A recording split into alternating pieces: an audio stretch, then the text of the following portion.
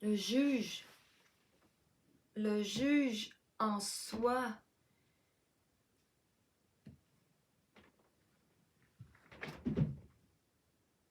le juge, il détient la vérité, une vérité tellement éternelle qu'il a pu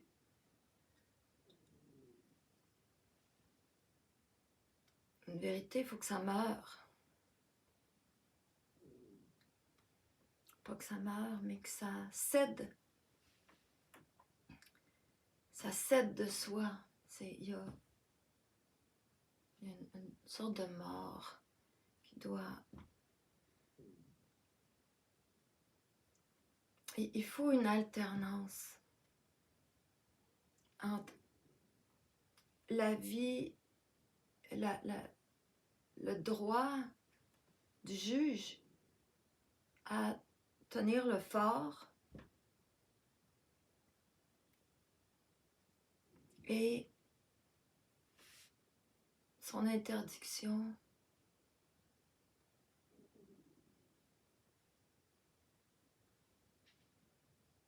comme on peut refuser d'avoir la grippe. Une espèce de conscience des conséquences.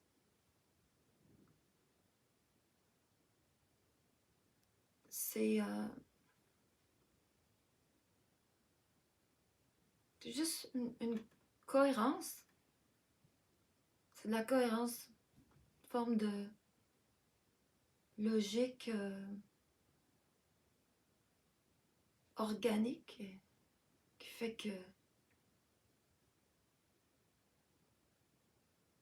on permet au juge de sortir de son trou parce qu'il vit dans un trou, dans les oubliettes, éblouissantes oubliettes. Il croit sortir dans toute sa vérité. Puis là, il fout le bordel.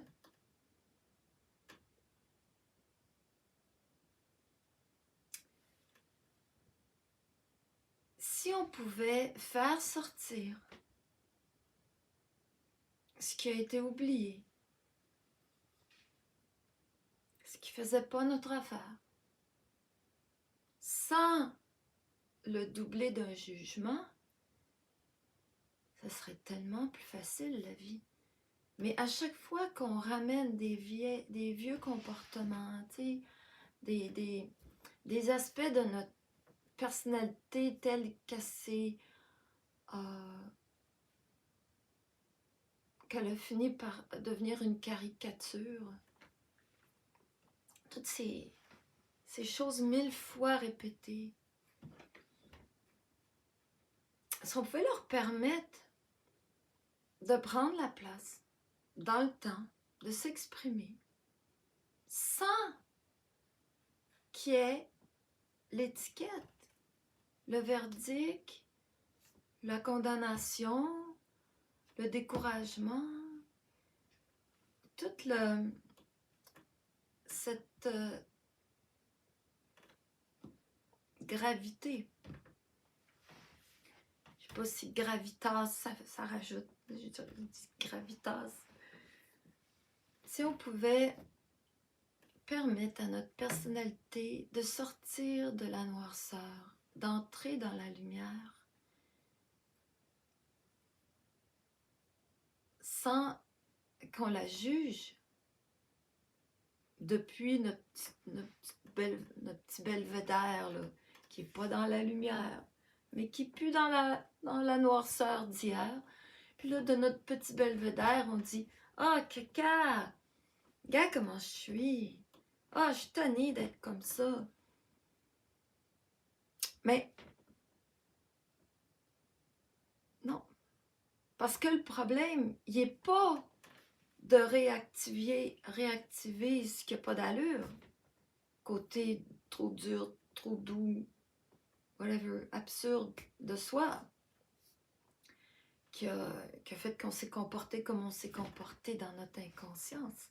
C'est pas ça le problème. C'est pas là de réactualiser des anciens comportements X, Y, Z.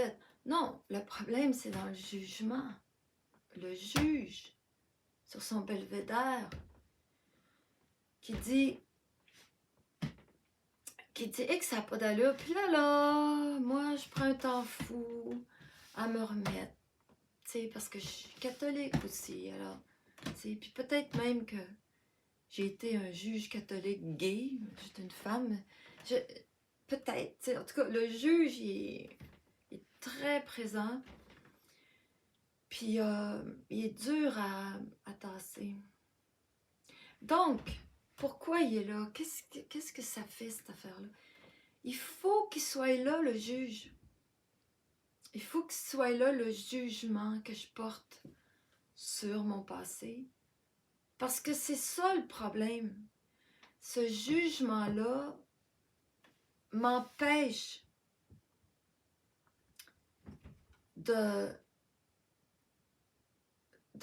d'avancer. C'est le jugement qui fait qu'il faut que ça revienne, puis que ça revienne. Donc, ça tourne en rond. Et si je peux, une fois comme ça que le jugement revient,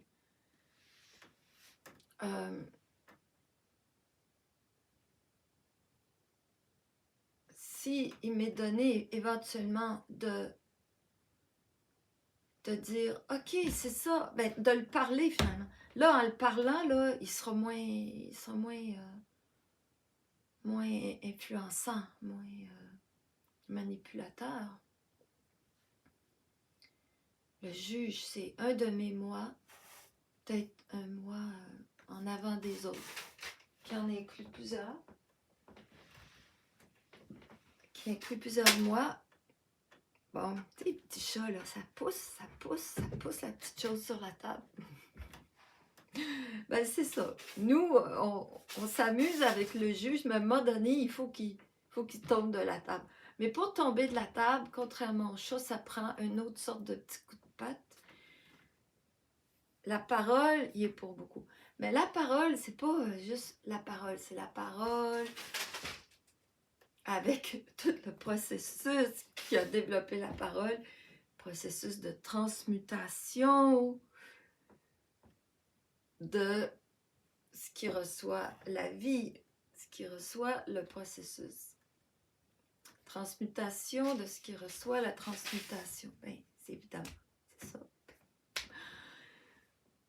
Tu vois, là, je viens de me juger. Mais c'est quoi cette affaire-là? J'adorais voir Bernard ne pas se juger. Bernard se jugeait positivement. Moi, je me juge plutôt négativement. Mais à un moment donné, il ne se jugeait plus. Il fallait qu'il présente un personnage fort, inflexible, indestructible. Donc, ça allait avec sa mission. Moi, ma mission, elle n'est pas définie, mais elle s'ancre dans le fait que mon jugement était négatif. J'avais une espèce de narcissisme autodépréciatif et c'est ça que j'apprends.